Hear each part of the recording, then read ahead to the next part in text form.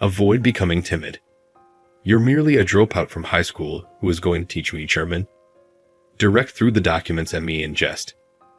I understand. I was resentful, but I dutifully began to look through the materials and was immediately struck dumb by what I read. We are unable to accept this deal in any way. It might put the survival of our business in danger. Huh. I quickly translated and quickly perused the document, highlighting its main points. My prospective boss Derek and the other executives in attendance looked shocked. My name is George. I was employed by this company for about 20 years, first as an apprentice on a part-time basis. I was recently called back to the central office following 10 years of service at a foreign branch. I walked inside the busy New York headquarters feeling melancholy. Known for his witty and easygoing demeanor, my father vanished the moment he found out my mother was expecting. Growing up in a home with just one parent, I saw my mother's immense challenges. She put in a lot of overtime doing piecework late into the night while working throughout the day at a supermarket and cafe. My mother encouraged me to go high school while I was in my third year of middle school, but I decided against it since I wanted to support her financially and I knew she worked nonstop. Upon realizing that her overwork was causing her health to deteriorate, I didn't hesitate to begin working as soon as middle school ended. I started working a part-time job at a plant that makes computer parts. It gave me plenty of work to keep me occupied in addition to meals and a transportation stipend. It was the ideal job for me. Everyone at the plant was quite kind to me, maybe because a kid had just joined them. They gave me tips on how to do better, more productive work, and even how to wash work clothes properly. I was even given veggies by some to bring back to my mother. Everyone loved me, and I enjoyed my work because of their thorough coaching. It was a fantastic stroke of luck that President Thompson saw my rapid improvement and extended an offer to hire me on a full-time basis. I happily purchased a present for my mother after I was given a bonus for my well-received work. But my mother, who was always weak, died 4 years later, leaving me all by myself. It was during this time of loss and depression that President Thompson approached me with a chance. What about working abroad? We're going to help you with your German. Observing my struggles in my homeland, he extended this opportunity to me. An underperforming overseas division of the corporation was established. Without my mother, I felt lost, so I took the job offer overseas. It was really difficult to adjust to working in a different nation. Numerous misunderstandings were caused not just by the language barrier, but also by cultural differences. At first, there were problems like arriving late and producing poor quality work. I disagreed with the local employees a lot, but through talking to one another, we eventually started to understand one another. Some even sobbed for the mother they had never met when I told them about my upbringing. I got support from local figures and was invited to family feasts. I steadily established a reputation for myself at the branch office in this way. 10 years later, I was comfortable speaking German and handling agreements with other parties. I was then told to go back home. I tried so hard not to think about my mother for 10 years. It surprised me to be standing in front of the headquarters 10 years later. The headquarters had built a brand new, very attractive building while I was working hard abroad. It was a glass-topped tower, manned by armed guards all hours of the day. Good to see you again. You've had success abroad. You have a temporary role set up for you, so please give it your all there. President Thompson greeted me with a pleasant smile. My status as an employee of the corporation remained uncertain. They didn't appear to know where to put me to the best use. President Thompson greeted me and then hurriedly led me to the sales division. The sales team seemed young and enthusiastic at first glance. My name is George, and I will begin working with you right now. It's nice to meet you. I said hello. Everybody grinned in response to my greeting. I had assumed that I would be able to settle in easily at the headquarters. However, a man quickly destroyed my hopeful view. I greeted Derek, the department manager, who was my new employer, the following day. Good morning. My salutation received no response. He appeared unhappy, despite his cordial demeanor during my introduction the previous day. I said, "Good morning," once more, in case he hadn't heard. Calm. You were heard. All of a sudden, I was subjected to foul language. A mocking voice then followed, making fun of me even more as I stood there in shock. "You're older than me and a high school dropout. Yes, you traveled abroad or whatever, but I suppose that's simply because you're too naive and inappropriate, don't you think?" While I had previously experienced disdain for being a dropout, I wasn't prepared for it to happen here. Derek went on, leaving me stunned. With a contemptuous glare in my direction, he said, "Guarding a useless dropout like you was just my bad luck," before turning back to his desk. My coworkers informed me over lunch that Derek's outstanding educational background made him an elite. He used to look down on people he thought were beneath him and flatter those he thought were superior. He was disliked for showing off his status, but he put up a nice front, so criticizing him would just fuel animosity. The folks at work appeared to have accepted the situation to some extent. It seems that Derek was modest at first, but grew haughty after he hired assistants. I attempted to start my true assessment of Derek, but he offered me no clarification. "As a recent high school dropout, you can manage this workload." They told me to just do some menial tasks, not even allowing me to handle the documents properly. "No, I was assigned here by President Thompson, so please let me see the contracts or something," I replied. As I already stated, this place does not employ a worthless high school dropout. "Whoa, hold on," Derek remarked arrogantly. He said to me, "From now on, clean with her," after phoning a local part-time cleaner. What? The part-time employee and I were both taken aback. "Document work is too good for an incompetent dropout," he grumbled. I glanced at the part-time employees, stunned. With a sly smile, Derek set down a cloth and broom in front of me. "Hurry up! Or does a dropout not even know how to clean?" I was starting to get frustrated, but I didn't want to stir up issues so soon after coming back. Plus, my coworkers were staring at me all the time. They were undoubtedly scared that Derek would take a swipe at them next. I forced myself to control my feelings as I took up the broom and rag and got to work cleaning. Offering me coffee in the break room, the part-time employee stated, "Well, it looks like we're done for today." "I'm grateful." I said, "That Derek is a pretty bad person." She revealed that, simply for being a member of the cleaning staff, she too was treated with contempt. Emily Thompson was her name. We grew close since we were close in age and experienced the same hardships in coping with Derek's excessive demands. I gave her some housekeeping advice in exchange for her teaching me some sewing methods that I had picked up from assisting my mother with her housework. Derek's haughty demeanor only became worse in the interim. He put me on mundane jobs like photocopying and making tea, which are usually assigned to new hires. He would not even show me the documents when I asked to see them.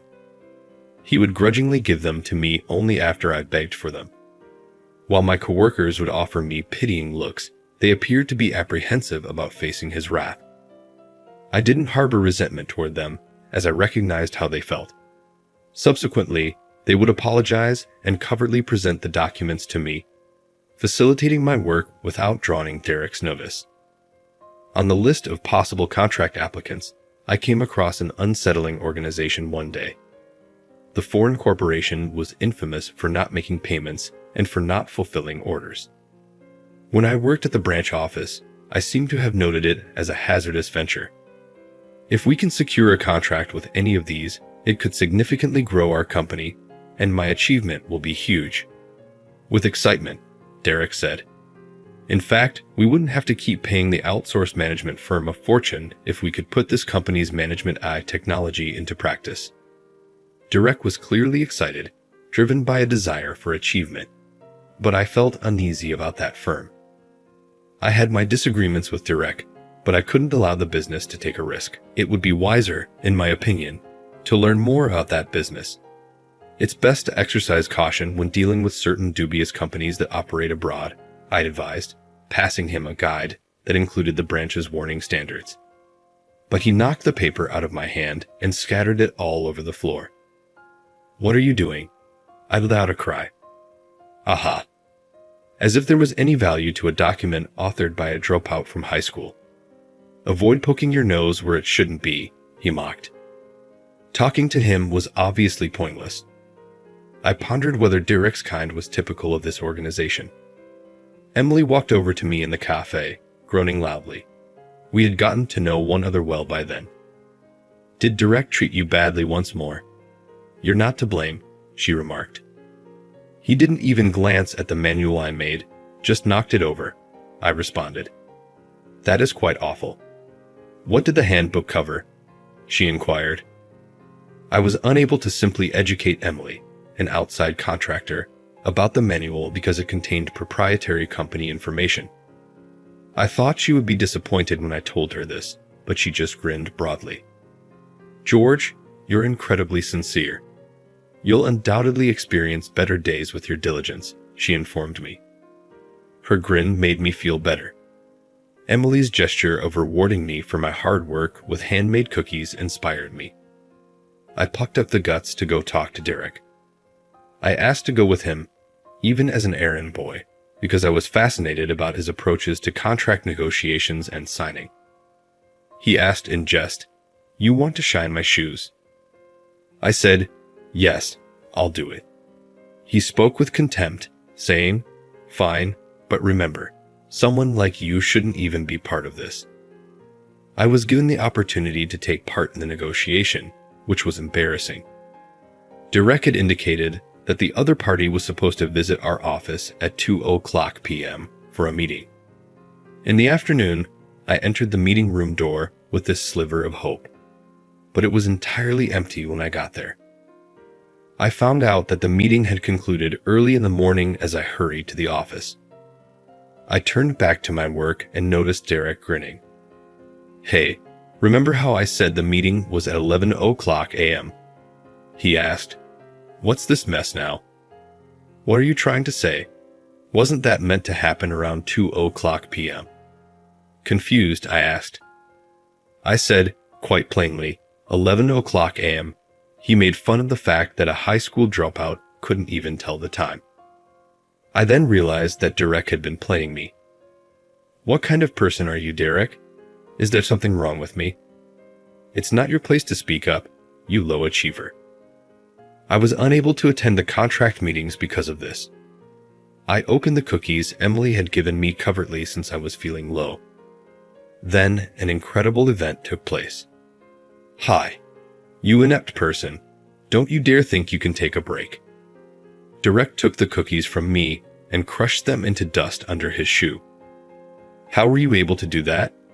"Those cookies belonged to Emily." "Aha, that maid who cleans. Ideal for someone who lives on the bottom like you." Was it my fate to be viewed in this manner, simply for not completing my high school education?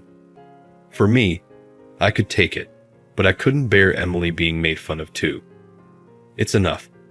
I have some opinions of my own on this. Derek initially appeared surprised by my firm tone, but he soon became enraged. "What? You're refusing to obey me? You call me incompetent all the time, but what knowledge do you actually have about me? You never even attempted to recognize my potential. It must be so simple for you to simply look down on me." Derek slammed a hefty page in front of me, clearly sensing that this had touched a nerve. "So you're able to read this, correct? Hey, Mr. Middle School Dropout, teach me some German." Recognized. I opened the document and began to read. It seems like the transaction today involved a contract. If this is approved, it will represent a significant step forward for me. Disregarding the gloating Derek in the background, I perused the document further and came across a troubling revelation. This might bankrupt the business. I was shocked to see Derek taking the contract away from me as I looked up. A dropout from middle school can't understand German, of course. "Restart with the alphabet," he stated in his typical condescending manner. I didn't care about it now, though. What topic are you discussing? We run the risk of losing our business if we accept this arrangement. I threw caution to the wind and hurried to the president's office, yelling at Derek. President Thompson paled as he read the contract and heard my explanation, but he was still shocked by my abrupt arrival. Derek was instantly called by him. I'm sorry, President Thompson. This fool just walked in and started messing around. What the heck is this about on earth? President Thompson called in other executives, and I brought up a few alarming concerns during our conversation. Is this the contract from today's deal? Yes, Derek said, but President Thompson's yell overpowered her. Derek, are you attempting to put this company out of business? Look at this, no delivery date mentioned. It was surprising that the contract didn't include a delivery date and only required payment in advance of work commencing. As I read the contract, I quickly translated it. President Thompson and the other executives became ghostly pale. The other party's delivery date is not specified, but we have a deadline for payment. That's the issue. Well, they said they were short on funds to build the system, so once we transfer the money, they'll deliver it soon enough. Derek attempted to refute my assertions, but he became agitated. I think he sensed something wasn't quite right, but he didn't want to concede. Derek attempted to argue with me, but I calmly said, no, there's a real possibility that they could just take our money and disappear. Derek was getting desperate. What are you saying? I have personally witnessed the company's system. What if that was just a sample to gain our trust? Derek became enraged and yelled at me, but each time he spoke, his words were jumbled. The pact lacked legitimacy. It was essentially just a verbal one. In the event of conflict, it would just result in a pointless dispute based on he said, she said. It was, however, a particular provision that concerned us more.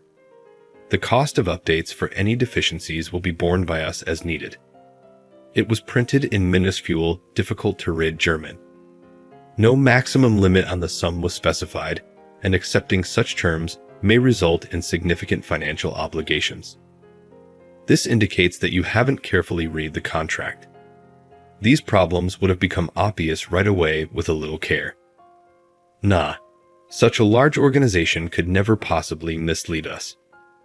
The contractor, a significant participant, has been in the news a lot lately, particularly in the foreign countries where I have been deployed. Dealing with foreign corporations frequently implies that our laws don't apply, in contrast to America where confidence is crucial. Derek's face went hot and then pale as I expressed these worries to him. I recently agreed to their offered contract. When we spoke, there was no issue, but the document itself seems to indicate different, doesn't it? A contract is hard to revoke once it has been stamped. We might not even succeed in suing an international corporation. For this reason, as a precaution, we at our branches use milestone-based or split payment systems rather than making large upfront payments. Contracts are essential because the opposing side is waiting for us to step into their trap. Derek was shaking and biting his lip, clearly angry that I was always challenging him, but I didn't have time for him. President Thompson, I'd like to speak with the business. We should be able to handle that as we haven't signed a deal yet. Yes, do it, please. I apologize for requiring you to tidy up this mess. Derek, myself, and a few other execs got in touch with the counterpart. They arrived with great anticipation, supposing the contract to be finalized. But when they saw not only Derek, but other employees queued up, they became perplexed. Negotiations with the executives was challenging because the opposite side consistently avoided taking accountability. Derek simply recoiled in the middle of the intense German discussions. Anyway, these stipulations are unacceptable to us. We must, at the absolute least, alter the terms of payment. But Derek gave his approval. The contract was not read by him. Although it's our responsibility, these terms are not appropriate. It's likely that the other side was holding out for the promise of a huge payment. They grudgingly agreed to void the contract in the end. We've heard a lot of different rumors concerning your business. We would have to think twice if it were going to cost us millions. It seems that my hard position worked. Ultimately, they departed the company with disparaging remarks about the Americans. I was relieved. There was a chance that the situation would not have changed. Because foreign corporations can disappear anytime, dealing with them can be challenging. President Thompson congratulated me when he got back to the office and chastised Derek. The other person's vicious behavior is their fault. That's what any other worker would have done. Why am I being held responsible alone? President Thompson, not a fan of long-winded excuses, chastised Derek even more as he babbled. Derek bore the burden, whatever the reason. By not thoroughly reviewing the contract, he had put the company in peril. If you can't even read a contract properly, I can't trust you with important tasks. Derek was furious that President Thompson had effectively sidelined him. Why? I made a contribution to this business. It's his fault for getting involved. Derek lost his temper. President Thompson and I were speechless by his ridiculous logic. Do you even understand why I hired John in the first place? Thompson inquired. I know he worked abroad, but he dropped out of high school. Isn't that right? I don't deserve to be disturbed by someone I hired to perform my work. Derek answered, looking very irritated. President Thompson then started berating Derek. Enough already, Derek. John is a gifted person who, in 10 years, turned around our international branch. Are you making assumptions about him based only on his school history? That is untrue. Merely a means of bringing him into the group. How is a high school dropout capable of being competent? Even after receiving such a harsh scolding, Derek fired back. Derek was still unable to own up to his mistakes. Fed up, I opened my mouth to speak. Despite never having finished high school, I have 10 years of experience working with foreign corporations from my time at the overseas branch. We're thinking about doing business at the headquarters with foreign firms. Therefore, I was requested to come along this time. Derek shook and stammered in disbelief, staring at me as if he saw something strange. The issue is a corporation hiring a dropout like this one. Dropouts ought to simply bow down at the bottom. Derek's well-styled hair appeared tousled as he spoke ramblingly, as if he had forgotten what he was saying. He was obviously quite disturbed by my accomplishments within the organization. The result would probably have been the same even if he had understood from the start. I talked evenly and calmly up to Derek. Derek, do you realize how much trouble you've caused the company with this incident? Derek winced at what I said, but then he snapped back, his brows set in indignation. Cease talking. You're nothing more than a foolish incompetent. Enough already. You are the one who nearly brought harm to this business. I spoke up. President Thompson went over and spoke to Derek face to face while Derek bit his lip. It's true that you're well educated, but that doesn't give you the right to act like an authority figure here. Recognize that your conduct is inappropriate for a professional setting. But for him, it's the same. Derek shot back, attempting to place the blame on me for arriving late for the meeting. He's not behaving according to professional manners either. I can't believe I'm considered inferior to someone who can't even keep time. Thompson said, then show us the email correspondence with the other party. The true problem was that I had been absent because Derek had missiled me about the meeting time. It was actually 11 o'clock, not the 1400 hours I had been informed. It would be evident right away if we could view the exchanges between the two parties via email. After receiving a firm order from President Thompson, Derek reluctantly showed the emails. As it turned out, the customer and Derek had agreed via email that the appointment would take place at 11 o'clock. That Derek had lied to me was verified by this. That is untrue. I informed John at 11 o'clock, but he failed to appear. Derek's pathetic justifications were ignored. His foolishness left me stunned. It goes beyond that.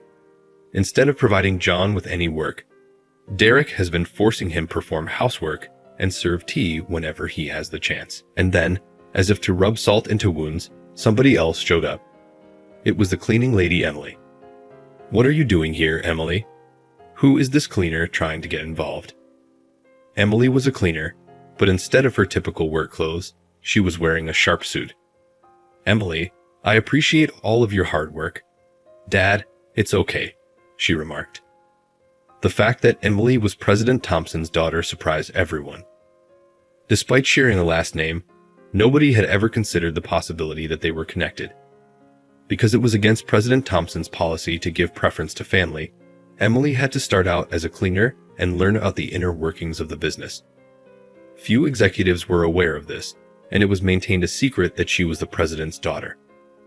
Emily, sensing my hatred for Derek, started going into great detail about everything. "This is unfair. That is merely unfair and cunning," Derek yelled. "If you had behaved properly, there would have been no problem, and you even crushed my cookies," Emily answered. Derek, who had scorned Emily by calling her merely a maid, paled to death.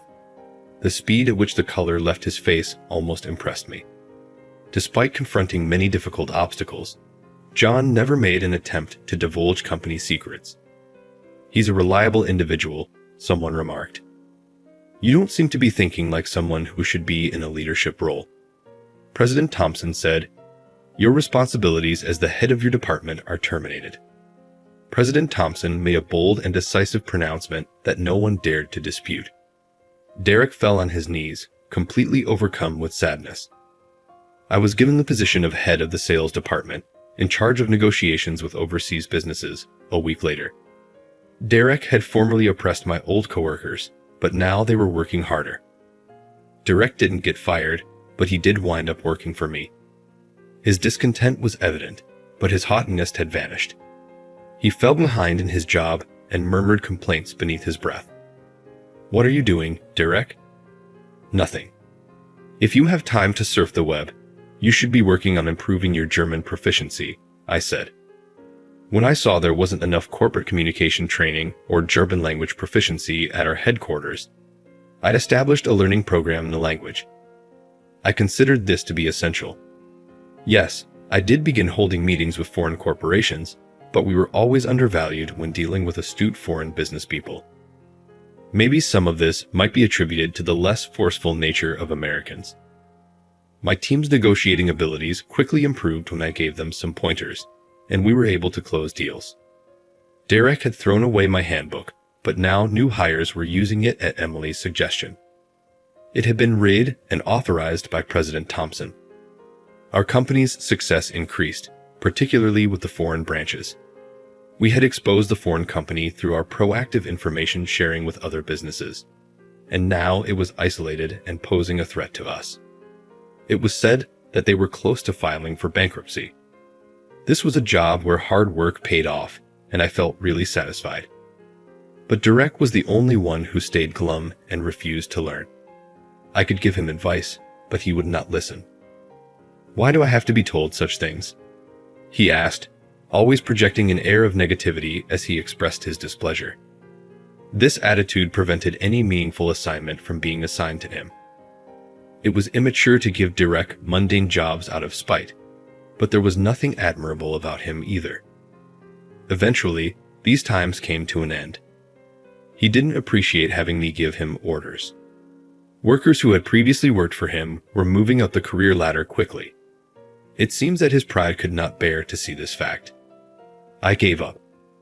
"I refuse to work for a company that honors high school dropouts," he exclaimed, slapping his resignation letter down in front of me.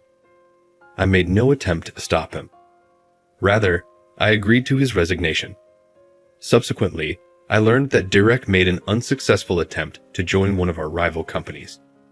His impressive educational background was unable to make up for his haughty demeanor and poor command of German in interviews. Because of his reputation, there were a lot of speculations circulating in the sector. His high school knowledge would have been a terrific asset if he had been humble and ready to learn. But the chances of him finding work again were slim. Emily and I were dating in the interim. She was performing well in the accounting department, and had formally joined the company with President Thompson's consent. She was the daughter of the president, but she worked hard and without conceit. "I could work hard because of your support." I said, "Thank you," to her. "No, you were merely being truthful and honest. You were acknowledged because of your abilities," she answered. Gradually, what began as a dinner to express gratitude for her support became into a romance. We told each other how we really felt, and now we're talking about when to bring up marriage with President Thompson. Living together should be easy because we both like doing housework. I experienced some days of loneliness after my mother's death. I'm excited to start a new family with Emily now.